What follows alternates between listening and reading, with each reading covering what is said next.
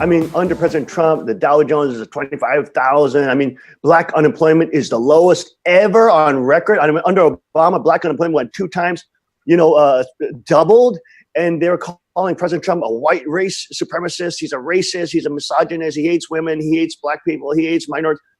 Now he's creating an environment for them, all Hispanics, blacks now enjoy the lowest unemployment rate in the history of recording. Right. I mean, so it just sounds like, you're pushing forward with what President Trump is doing on the national level. Very much. And my goodness, Pennsylvania, how much we need that, and how much President Trump needs our support in Pennsylvania, yes. In making America great again, turning this around. Right.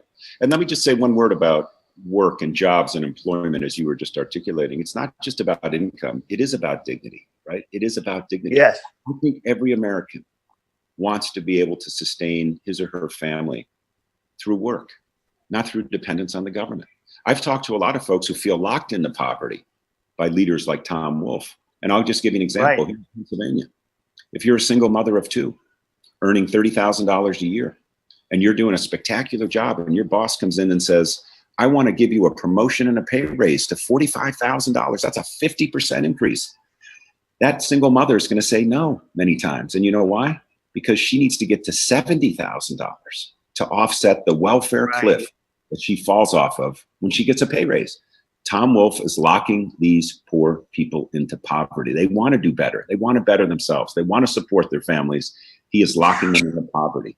That's really the tragedy of socialism, I have to tell you.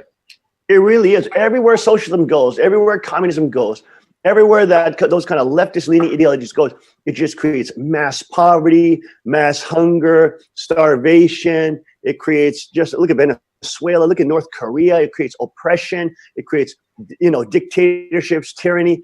I mean, it's unbelievable how the young people have been so indoctrinated in the different schools or even in college. I'm also a Harvard alum, but I was in a divinity school, not the business school. Reverend, I have a nephew at the Harvard Divinity School right now.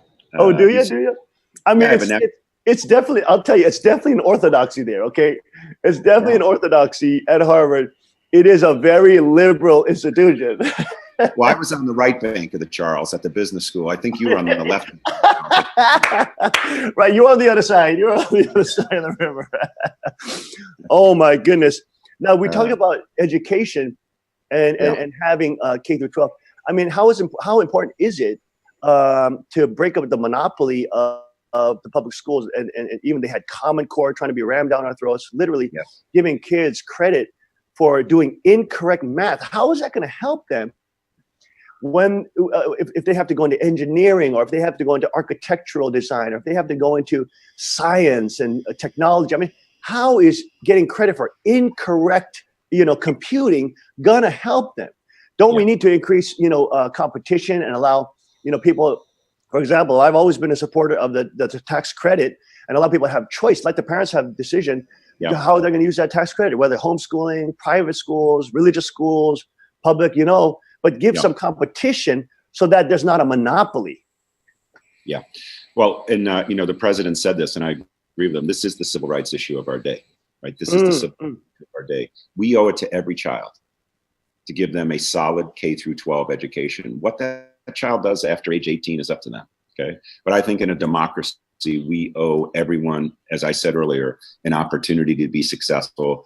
And, I think we owe our children the best education we can possibly give them. So in Pennsylvania, we have only the existing public school district can charter an alternative school. So in many other states, it could be a community college, it could be a university, it could be a public corporation that does it. So we have a very narrow means by which choice can be created. We need to expand that. That's number one. Two, we're big believers in what's called education savings accounts. Okay, they are much more flexible than a voucher. A voucher you can take and use at an alternative school, but an education savings account, I'll just give you a couple of figures. We spend about $18,000 per pupil per year in Pennsylvania on average. Okay, if a parent wants to remove that child from the public school system, let's give them half of that. Let's give them $9,000. Okay. Wow. And by the way, you can use that for homeschooling. You can use it. Great. Actually, local. I do homeschool my kids, by the way. There you go. So you could use it. And people say, oh, this is going to take so much money away from the public school system. No, you take the child out of the public school system, and the public school system still keeps $9 of that $18,000. So on a per basis, the public school system is doing better, but the parents now have the opportunity to use this money to educate the child as they see fit. And by the way, they only have to take once a year achievement test just to show that they are achieving. But here's why I'm a big believer in this. If you give tens of thousands of parents $9,000 a year each, I think we're going to see a whole bunch of new models emerging for how to teach our kids quicker, faster, better. Oh my goodness, it's going to revolutionize education in Pennsylvania. It's going to transform it completely. And I don't know where it'll wind up, but we'll wind up in a heck of a lot better spot than we are now, which is the sclerotic 1950s model of one size fits all education, and kind of the industrial revolution model of teaching every child in every course precisely the same way. That's not the way kids learn anymore. And I think these education savings accounts would bring a very large number of customized models that teach our kids using technology, technology to teach our kids much better, faster, cheaper than ever before. And I have two standards for graduation at age 18. Is that child prepared for meaningful work in a globally competitive economy, whatever those skills are? And are they prepared to be good citizens? And our public school systems on those two counts, as you mentioned, are failing miserably. We need to disrupt this. We need to bring choice. We need to bring education savings accounts, which enable choice. And we need to bring transparency. So information so that we inform choice. Those are the three things. Increase the number of choices, enable that choice, and inform that choice with transparency. And we'll have the best education system in the country. Well, that would absolutely revolutionize education in Pennsylvania. That would completely change it. It would break up that monopoly.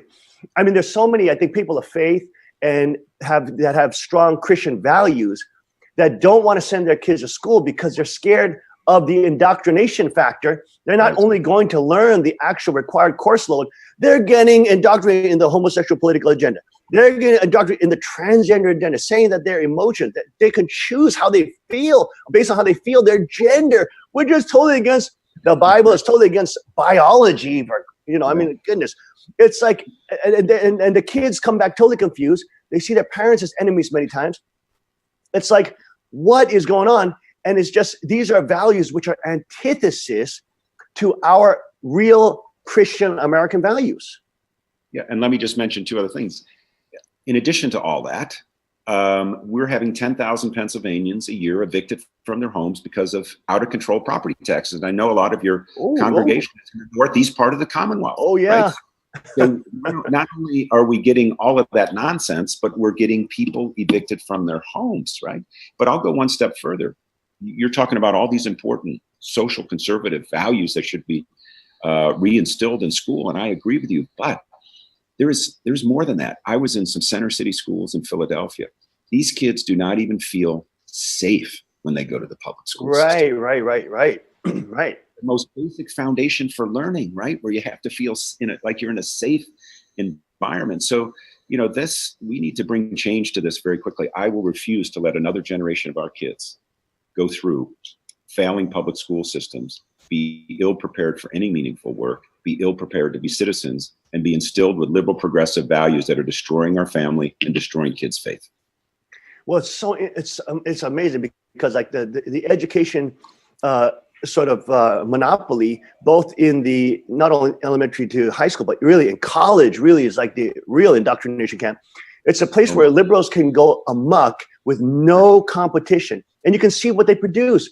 I mean, they're producing kids that literally cannot, they come out thinking they're social justice warriors, and they become, many of them are getting completely indoctrinated, thinking feminism is this or that, but then they're supporting Sharia law. And it's unbelievable how brainwashed these young people can become through, professors that they trust.